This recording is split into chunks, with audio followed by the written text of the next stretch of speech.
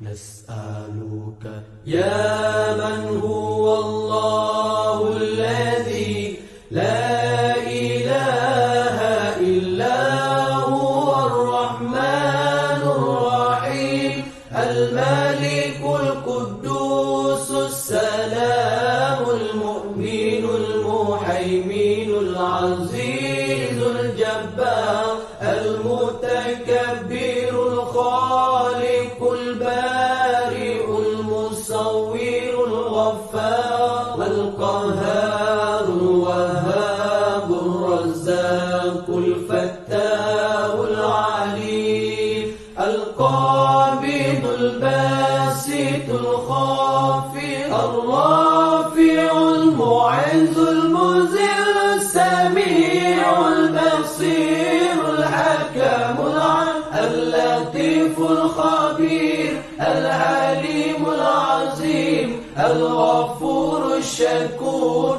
العلي الكبير الحفيظ المقيت الحسيب الجليل الكريم الرقيب المجيب الواسع الحكيم الودود المجيد الباعث الشهيد الحق الوكيل القوي المتين الولي الحميد المحسن المبدع المعيد المحيي المميت الحي القيوم الواجد الماجد الواحد الصمد القادر المقتدر المقدم المؤخر الأول الآخر الظاهر الباطن الوالي المتعالي البر التواب المنتقم العفو رؤوف مالك الملك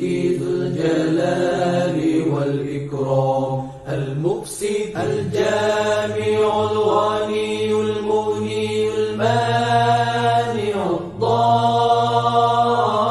الضار النافع النور الهادي البديع الباقي الوارث الرشيد الصبور الذي ليس كمثله شيء وهو السميع البصير اللهم صل أفضل الصلاة على أسعد المخلوقات كسيدنا محمد وعلى آله وصحبه وسلم عدد معلوماتك ومداد كلماتك كلما ذكرك ذاكرون وغفل عن ذكره الغافلون.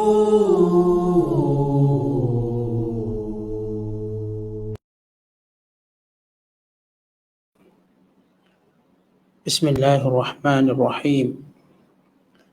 يسألك أهل الكتاب أن تنزل عليهم كتابا من السماء فقد سألوا موسى أكبر من ذلك فقالوا أرنا الله جهرة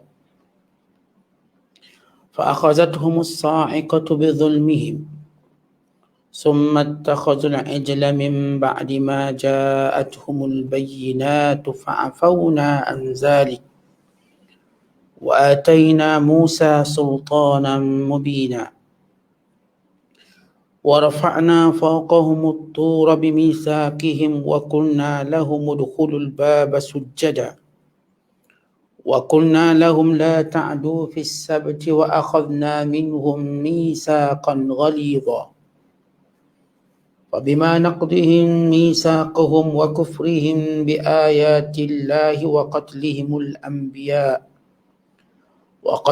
الأنبياء بغير حق وقولهم قلوبنا غلف بل طبع الله عليها بكفرهم فلا يؤمنون إلا قليلا وبكفرهم وقولهم على مريم بهتانا عظيما وقولهم إنا قتلنا المسيح عيسى ابن مريم رسول الله وما قتلوه وما صلبوه ولكن شبه لهم وإن الذين اختلفوا فيه لفي شك منه ما لهم به من علم إلا اتباع الظن وما قتلوه يقينا بل رفعه الله إليه وكان الله عزيزا حكيما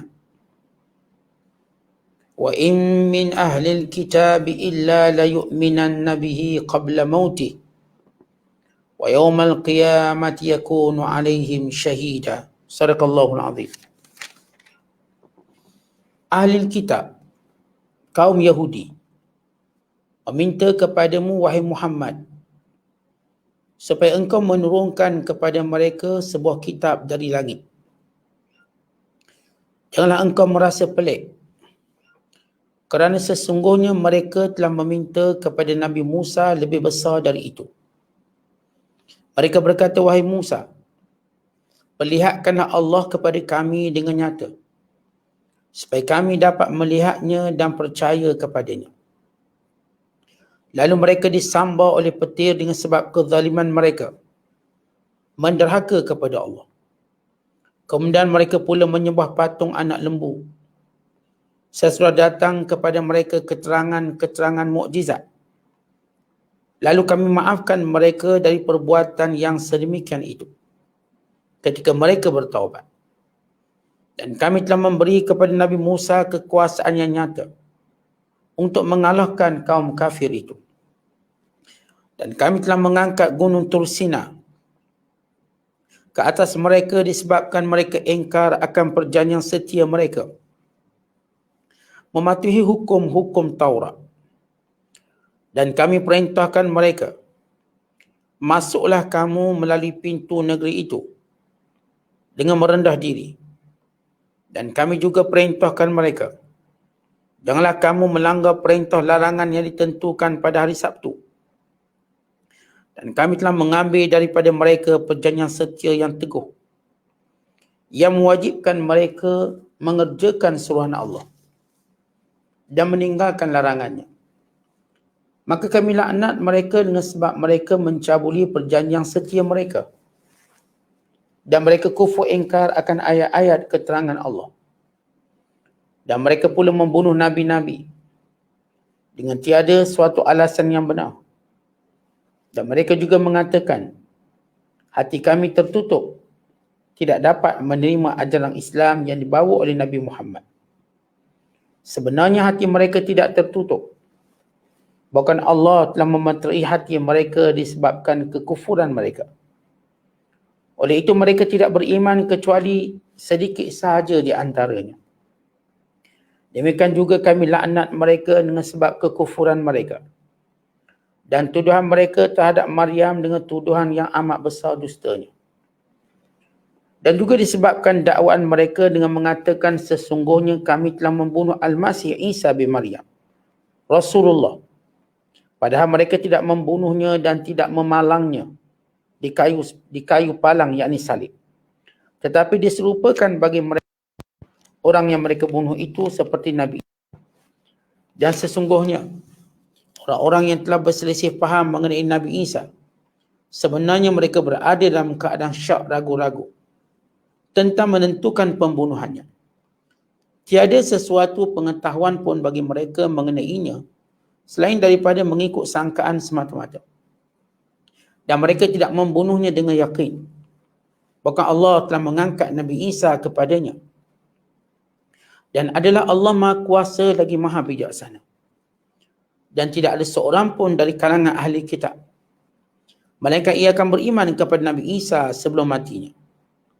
Dan pada hari kiamat kelak Nabi Isa akan menjadi saksi terhadap mereka. Masih lagi kita berada dalam penafsiran Suratul Nisa, surah yang keempat pada juzuk yang keenam.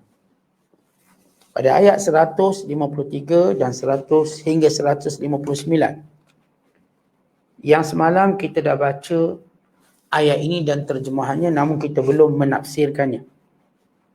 Maka pada malam ini kita akan menafsirkan ayat-ayat yang kita bacakan ini. Antara intipati terbesar dan terpenting dalam ayat yang kita bacakan ialah menjelaskan bagaimana sikap orang Yahudi yang engkar, yang menolak untuk beriman kepada Allah. Allah membongkarkan segala kejahatan mereka. Sama ada kejahatan mereka kepada Nabi Musa atau kejahatan mereka kepada Nabi Isa alaihi wassalam. Kerana kedua-dua Nabi ini penting dalam sejarah Bani Israel dan sejarah Yahudi. Amat penting. Maka Allah Ta'ala menyebut bagaimana sikap Yahudi terhadap Musa dan kepada Nabi Isa. Maka tidaklah menjadi pelik kalau sikap itu juga ditunjukkan kepada Nabi Muhammad sallallahu alaihi wasallam. Walaupun mereka cuba untuk menzahirkan kononnya mereka ikut Musa, mereka ikut Isa. Mereka cuma tidak mau ikut Nabi Muhammad. Dengan mereka meminta yang bukan-bukan kononnya, atas sebab itu mereka barulah boleh patuh dan percaya akan kerasulan Nabi Muhammad SAW. Ya, ayat ini Allah mulakan. Yas'aluka ahlul kitab. Ahlul kitab bertanyakan kepadamu, yakni meminta kepadamu. Maksud ahli kitab di sini ialah Yahudi. Walaupun termasuk secara umum Kristian, tapi lebih khusus kepada watak Yahudi. An tunazzila alaihim, supaya engkau turunkan kepada mereka kitaban minas sama', kitab wahyu itu daripada langit secara sekaligus. Turunkan. Atau dengan kata lain, kami nak tengok wahai Muhammad, kamu naik ke langit. Kamu bawa kitab ni turun depan kami. Maka barulah kami beriman kepadamu. Maka Allah menjawab, faqad sa'alu Musa akbar min dzalik. Wahai Muhammad, sebagaimana mereka ini berkerenah kepadamu untuk tidak mau beriman dan mengikut perintahmu, demikian sebelum ini mereka sudah ada rekod kerenah-kerenah mereka pada Nabi Musa. Maka Allah menyebut ayat-ayat kita bacakan ini tentang kerenah-kerenah jahat mereka kepada Musa, yang ternyata sebenarnya mereka kufur pada Musa, bukanlah beriman. Sesungguhnya mereka telah meminta daripada Musa akbar min zalika, lebih besar daripada itu. Kalau dengan kamu wahai Muhammad, mereka minta kamu naik ke langit, turun bawa kitab. Tapi mereka pernah meminta dengan Nabi Musa, faqalu arinallaha jahra, tunjuk Allah secara berdepan, biar Allah turun. Yang diminta tu okeylah wahai Muhammad, diminta kamu naik ke langit, bawa turun kitab. Sebelum ini mereka minta lagi teruk. Mereka berkata kepada Nabi Musa, biar Allah turun sini, kami nak tengok. Begitu biadab mereka dengan Allah SWT dan permintaan yang biadab dengan Nabi Musa. Fa akhazatuhumus sa'iqatu, maka kelompok yang meminta dengan permintaan tersebut dengan tujuan untuk mempermain-mainkan dan tidak beradab dengan Allah, maka Allah timpakan mereka dengan as-sa'iqah, yakni dengan petir yang melanda mereka, bizulmihim, sebab kezaliman mereka, kena panah petir, akhirnya mereka mati. Kemudian Allah cerita lagi, summattakhadhul ijl, kemudian kejahatan mereka lagi, mereka menyembah patung anak lembu. Min ba'di ma ja'atuhumul bayyinat, selepas datang kepada mereka wahyu yang terang, yang jelas, kerasulan Nabi Musa, dan Nabi Musa AS bawa kepada mereka wahyu Allah, tapi mereka menyembah patung anak lembu. Fa'afawna an dzalik, maka Allah ampunkan pula mereka. Wa ataina Musa sultanan mubina, dan kami telah memberikan kepada Musa pelbagai mukjizat. Mukjizat tongkat, mukjizat laut terbelah dan lain-lain, yang kesemuanya merupakan bukti-bukti kerasulan Nabi Musa dan kebenarannya. Namun mereka tetap mempermainkan Musa, memperolok-olokkan Musa dengan pelbagai permintaan-permintaan yang menunjukkan sikap mereka yang cerewet. Cerewet tadi sebab tak nak ikut, tidak mau beriman. Berhubung dengan ayat yang kita bacakan ini, di antara sebab turunnya, kata ulama, Ialah datang sekumpulan orang Yahudi bertemu dengan Nabi SAW. Lalu berkata, Inna Musa ja'ana bil alwah min indillah. Fa'tina bil alwah hatta nusaddiqaka. Fa'anzalallahu yas'aluka ahlul kitab. Ila qawli buhtanan azima. Fadatha rajulun minal yahud faqal, Ma anzalallahu alayka wala ala Musa wala ala Isa wala ala ahadin syai'a. Fa'anzalallahu wa ma qadarullah haqqa qadri. Datang sekelompok Yahudi.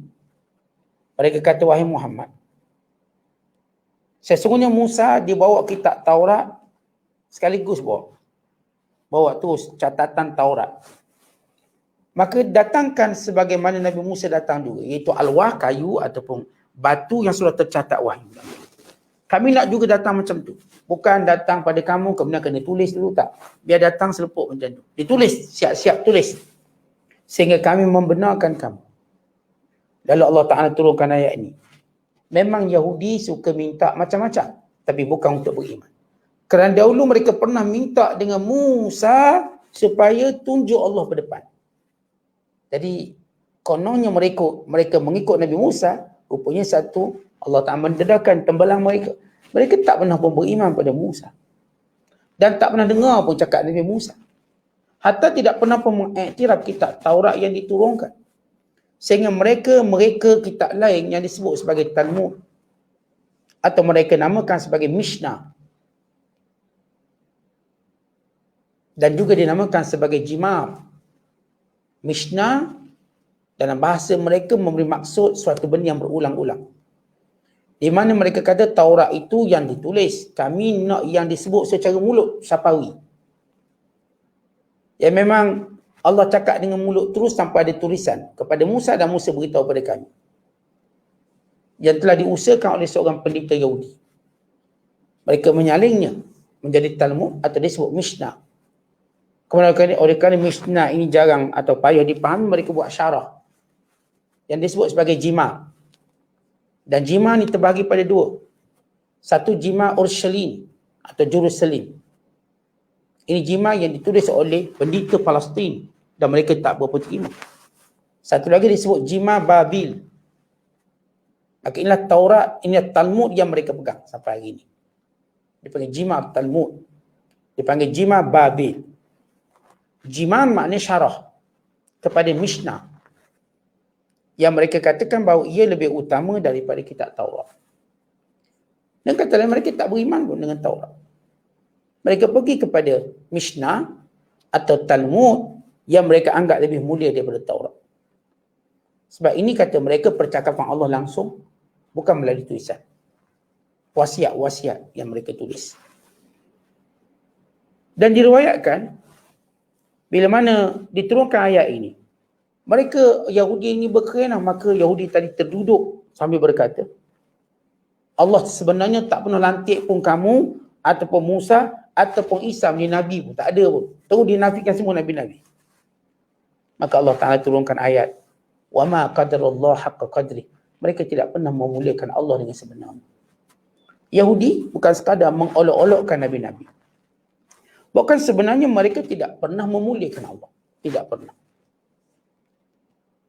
Kerana itu bila mereka menolak Nabi, sebenarnya mereka menolak ketuhanan itu sendiri. Sebab itu para Yahudi atau orang-orang Kristian, walaupun zahir mereka tunjuk dan mengangkat Nabi tertentu, zahirnya mereka tidak beriman pun pada Nabi tersebut. Dan secara jelasnya mereka tidak beriman pun pada Allah. Tapi ada yang lebih kuasa pada mereka, yakni pada pemerintah mereka, pada padri mereka, pada pendeta mereka yang mengubah hukum hakam berdasarkan keperluan dan hawa nafsu. Itu sebenarnya penyelewengan yang jelas. Diriwayatkan, bila datang pemimpin Yahudi bernama Ka'ab bin Ashraf, Finhas bin Azura dan lain-lain menemui Nabi SAW. Lalu berkata, kalau benar kamu Nabi, bawakan kepada kami wahyu Allah secara sejumlah sebagaimana Musa dapat semuanya. Maka turun ayat ini.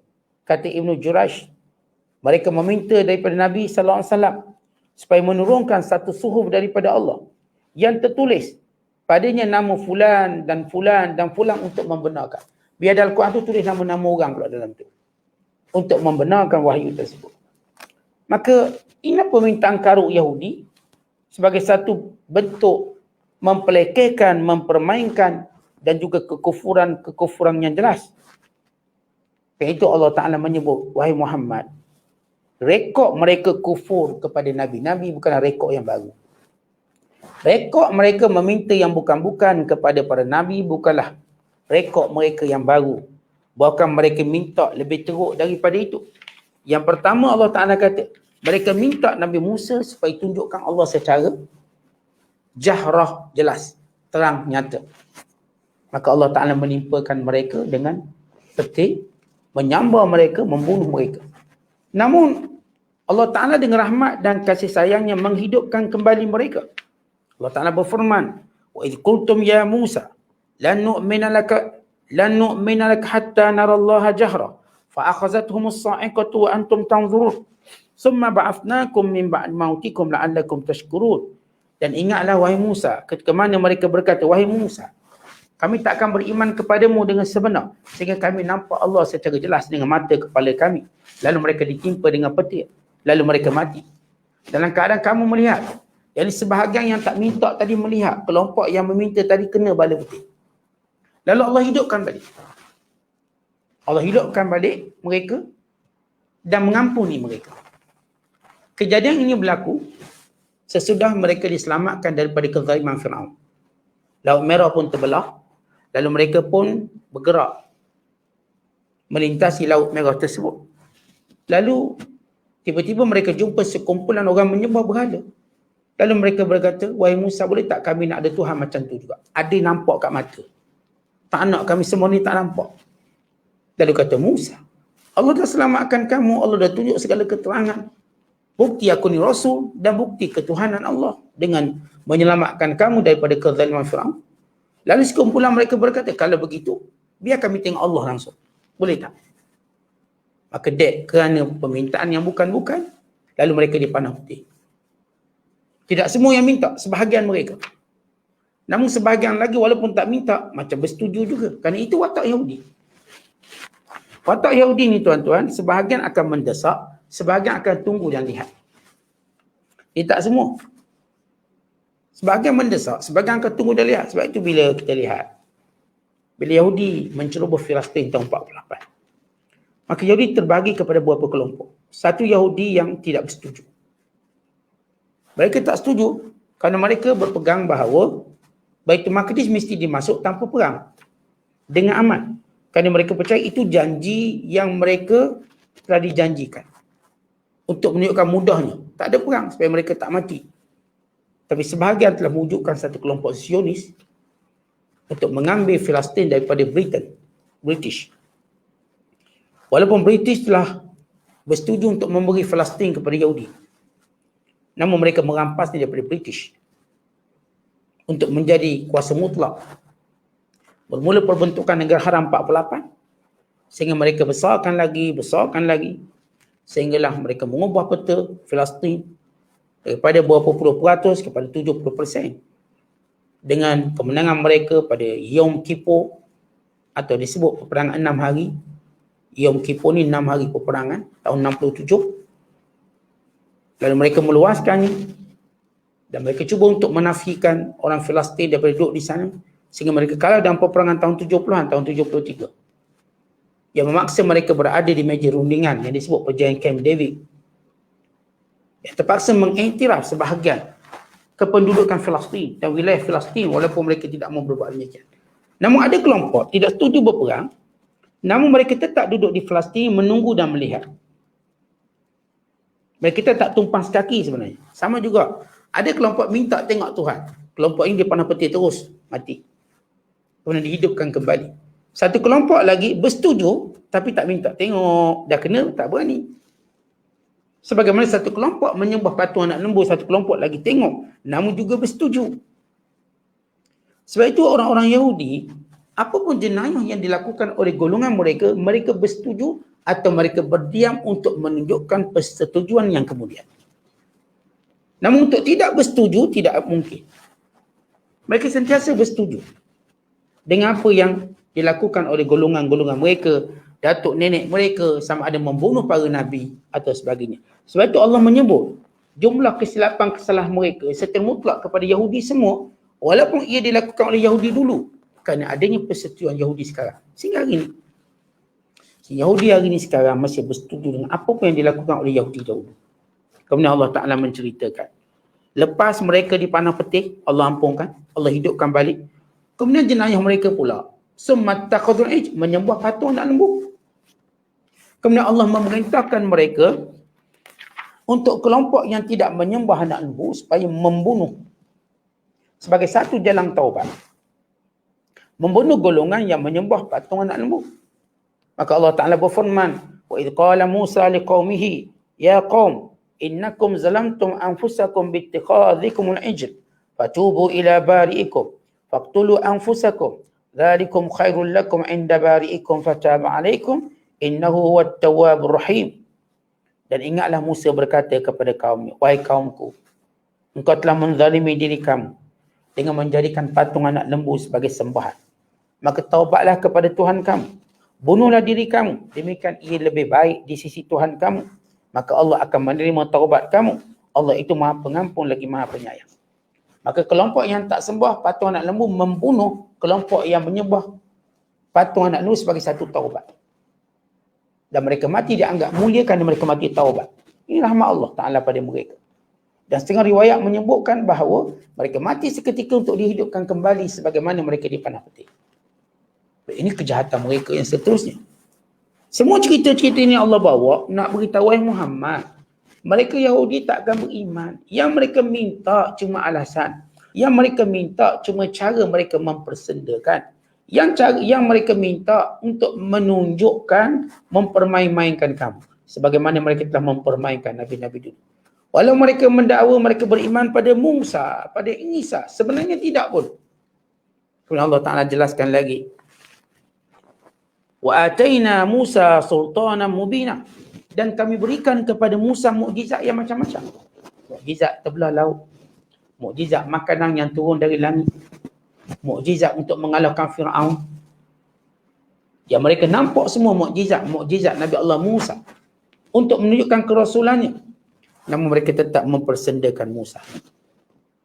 Dan waktu mana Nabi Musa menerima kitab Taurat dan menyuruh mereka menerima kitab tersebut, mereka juga tidak mahu menerimanya. Allah Ta'ala berfirman, wa rafa'na fawqahumut tur, dan kami mengangkat atas kepala mereka gunung Tur Saina. Bimisaqihim, untuk mereka menerima perjanjian kami, yakni kitab Taurat, untuk mengamalkannya. Wa qulna lahum udkhulul baba sujada. Dan kami juga pernah memerintahkan mereka supaya masuk ke negeri Baitul Maqdis dengan sujud merendah diri. Wa qulna lahum, dan kami juga pernah memerintahkan mereka, la ta'du fi sabt, jangan melampau pada hari Sabtu. Wa akhadna minhum mitsaqan ghalidha, dan kami juga memerintahkan mereka mengambil perjanjian untuk mereka pegang dan untuk mereka beriman. Allah menyebut episod-episod kejahatan mereka. Mereka bukan sekadar minta yang mustahil untuk mempersendakan para nabi. Bahkan mereka ini, kata Allah, waktu turun kitab Taurat, Musa suruh mereka beramal, mereka tak nak. Sehingga diancam diangkat gunung Tur Saina untuk empat atas kepala mereka. Oleh mereka kata, kami dengar, kami ikut. Tetapi selepas itu mereka mencabulinya. Bila Musa wafat, maka diganti dengan Nabi Allah Yusha bin Nun.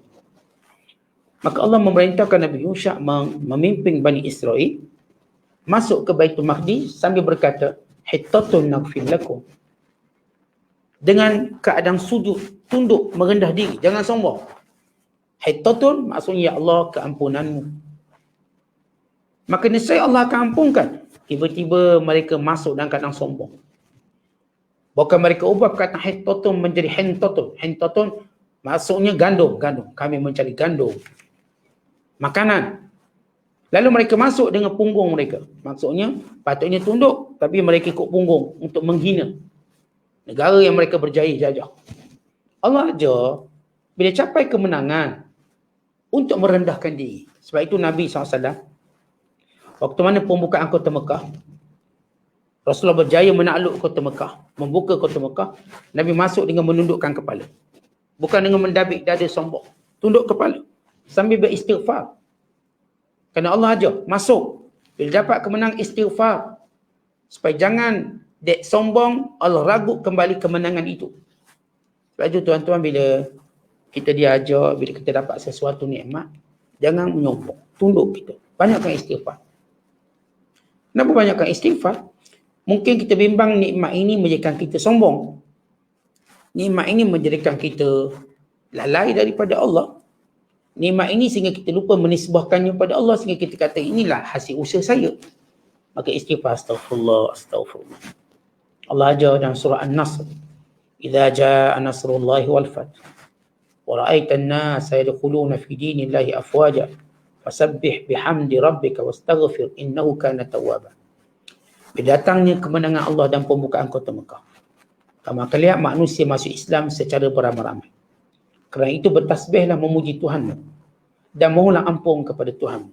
Sesungguhnya Allah Maha Pengampun lagi Maha Penyayang. Disebut subhanallah, astaghfirullah, subhanallah, astaghfirullah, atau subhanallah, alhamdulillah, astaghfirullah. Tasbih memuji Allah dan beristighfar. Kata ini cara. Yahudi, waktu mana mereka menang, mereka masuk dengan sombong. Walham mereka diperintah tunduk dan menyebut perkataan hittatun, hittatun. Yang ini keampunanmu, keampunanmu.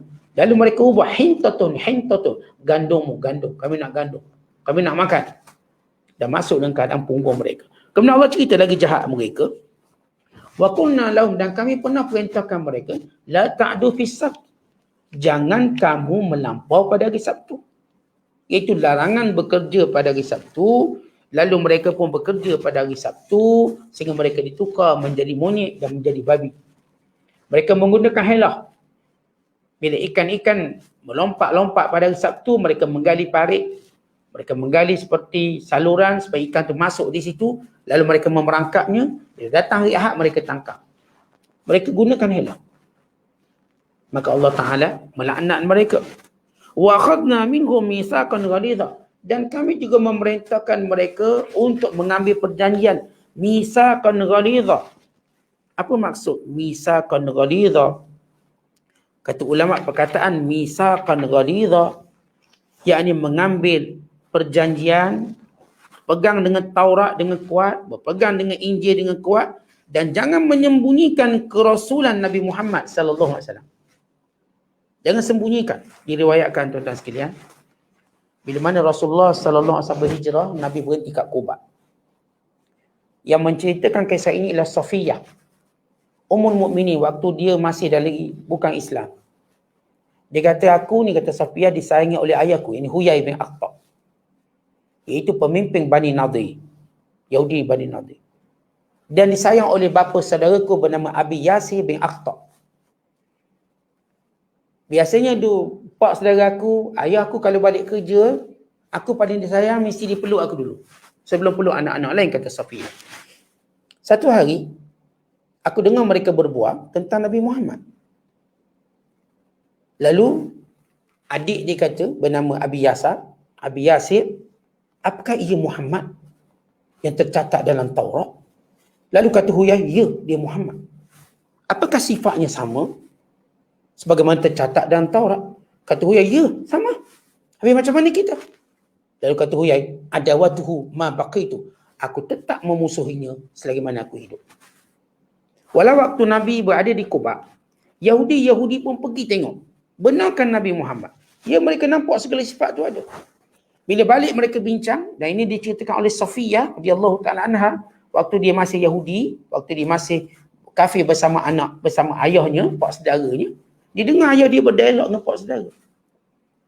Ketika mana mereka balik daripada Quba, kata Safiyah, biasanya mereka seronok tengok aku, mereka akan dukung aku, jumpa aku. Hari itu mereka balik dengan tak semangat. Tiba-tiba aku dengar pak saudara aku berkata, betulkah dia Muhammad, Rasul yang disebut dalam Taurat? Kata Huyai, betul. Apakah sifatnya benar? Ya, betul. Dan macam mana sikap kita? Kita lawan dia. Kita musuh kita takkan terima. Lihat bagaimana mereka tidak berpegang dengan perjanjian yang sebenarnya tertera dalam Taurat akan kerasulan Nabi Muhammad sallallahu alaihi wasallam. Kemudian Allah Taala menceritakan, fa bima naqdihim mitsaqahum, Dek kerana mereka telah memungkiri perjanjian, tak ikut perintah Allah. Sama ada dalam bab kerasulan Nabi Muhammad SAW. Sama ada bab halal dan haram. Sama ada hukum hakam yang lain, semuanya mereka pindah. Mengikut hawa nafsu mereka. Wa kufrihim bi ayatillah. Kufur mereka dengan ayat-ayat Allah. Wa qatlihimul anbiya. Mereka bunuh nabi-nabi pula.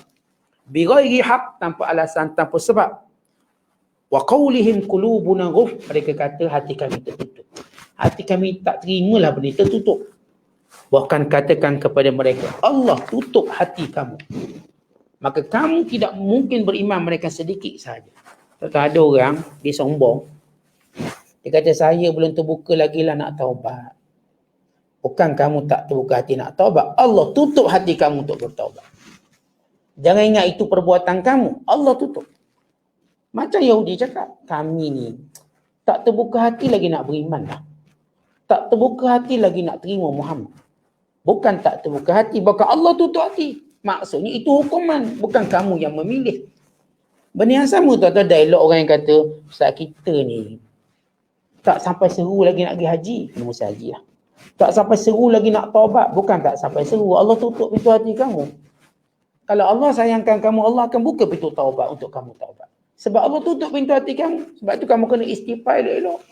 Mohon ampun elok-elok. Jangan ingat kamu tak nak. Ya, bila orang tu kata tak nak lagi, belum sampai seru, macam dia power lah. Tidak, Allah tutup pintu hati kamu. Wa bi kufrihim, disebabkan kekufuran mereka. Wa qawlihim, dan juga kata-kata buruk mereka. Ala Maryam buhtanan azimah, kepada Maryam tuduhan-tuduhan yang dusta. Pada sampai hari ini Yahudi tetap berkata Maryam itu wanita lacur, wanita zina. Walau Maryam itu wanita suci, tapi aneh. Orang Kristian yang dibodohkan oleh orang Yahudi tetap berbaik dengan Yahudi dan mengusir orang Islam. Padahal orang Islam tidak berkata kepada Maryam AS mereka yang baik-baik. Tak ada satu pun. Mereka berkata Maryam itu wanita salihah, wanita yang suci, wanita yang merupakan ujian Allah atas kekuasaan Allah melahirkan Nabi Isa. Tapi Yahudi yang kata Maryam ni wanita tak elok, perempuan lacur dan sebagainya, masih Kristian duk percaya ke dia orang. Itu aneh. Bagaimana mereka ditipu oleh Yahudi. Wa qawlihim, dan kata-kata Yahudi, inna qatalnal masih, kamilah yang bunuh Isa bin Maryam, kami bunuh. Pesuruh Allah tu kami bunuh. Tuan-tuan, bila Allah sebut jahat Yahudi, mereka bunuh Nabi. Maka salah satu contoh pembunuhan Nabi mereka buat. Ya, kita tahu mereka bunuh Zakaria, mereka bunuh Yahya, tapi Allah nak sebut, iaitu rancangan mereka membunuh Nabi Isa AS. Sehingga hari ini Yahudi percaya bahawa kami membunuh Nabi Isa. Bahkan mereka kata orang Kristian kena berterima kasih pada kami. Dek kami bunuh Nabi Isa, dosa kamu dihapuskan. Sebab Kristian menganggap bunuhnya, matinya Nabi Isa sebagai satu bentuk penebusan dosa, kesalahan penganut-penganut mereka. Jadi Yahudi kata kamu kena berterima kasih pada kami sebab kami yang bunuh. Maka Allah menjawab, wa ma qatalu, mereka tak bunuh pun. Wa ma salabu, mereka tak salib pun. Walakin syubbiha lahu, tapi mereka ni keliru. Ceritanya tuan-tuan sekalian, bila Nabi Isa AS mengetahui Yahya dibunuh. Nabi Allah Yahya AS dibunuh. Nabi Zakaria juga dibunuh. Maka Nabi Isa bersama para pengikutnya mula bersembunyi untuk menyelamatkan risalah. Maka salah seorang anak muridnya mengkhianatinya, memberitahu kepada raja di mana tempat persembunyian Nabi Isa. Lalu orang ni kembali duduk macam biasa seolah tak ada apa-apa. Maka Nabi Isa pun dikepung. Bila Nabi Isa dikepung, lalu Nabi Isa Allah Ta'ala angkat. Dan lelaki yang mengkhianati Nabi Isa tadi diserupakan macam Nabi Isa. Maka dia pun ditangkap, dibunuh dan disalib. Mana kekeliruannya? Kelirunya ialah, kalau benar mereka mendakwa Nabi Isa, mana seorang lagi orang yang bersama? Mereka juga tak jumpa seorang yang menjadi mata-mata gelap atau yang menjadi pengkhianat. Tak jumpa. Ada dua orang yang hilang. Pertama Nabi Isa, yang kedua orang yang mengkhianati tadi. Dari dua orang itu salah seorangnya disalib. Kalau Nabi Isa yang disalib, maka orang yang khianat tadi pasti dijumpai. Mesti dijumpai. Sebab orang ni orang biasa. Tapi kalau orang ni disalib, dan Nabi Isa ini Nabi, pasti Allah selamatkan dia. Yang Allah Ta'ala sebut, Bahkan Allah Ta'ala mengangkatnya. Wa innal ladhina ikhtalafu fi, orang-orang yang berselisih tentang Nabi Isa, la fi syakkin min, masih terus ragu-ragu. Ma lahum bihi in illa ittiba'an dhann, mereka cuma ikut sangkaan semata-mata. Wa ma qataluhu yakina, mereka tak bunuh secara yakin. Bar rafa'ahu Allahu ilaihi, Allah angkat. Kenapa Allah kata tak bunuh saya yakin? Pertama, dengan hilangnya seorang lagi itu, mana orang tu pergi? Antara dua, sama ada Nabi Isa atau dia. Maka Nabi Isa AS dia Nabi, pasti diselamatkan oleh Allah. Yang ni bukan Nabi, pengkhianat yang dibunuh. Kemudian tak ada bukti bagaimana Nabi Isa dibunuh. Bukti kat mana? Yang menjelaskan ini Nabi Isa. Ini benar-benar Nabi Isa.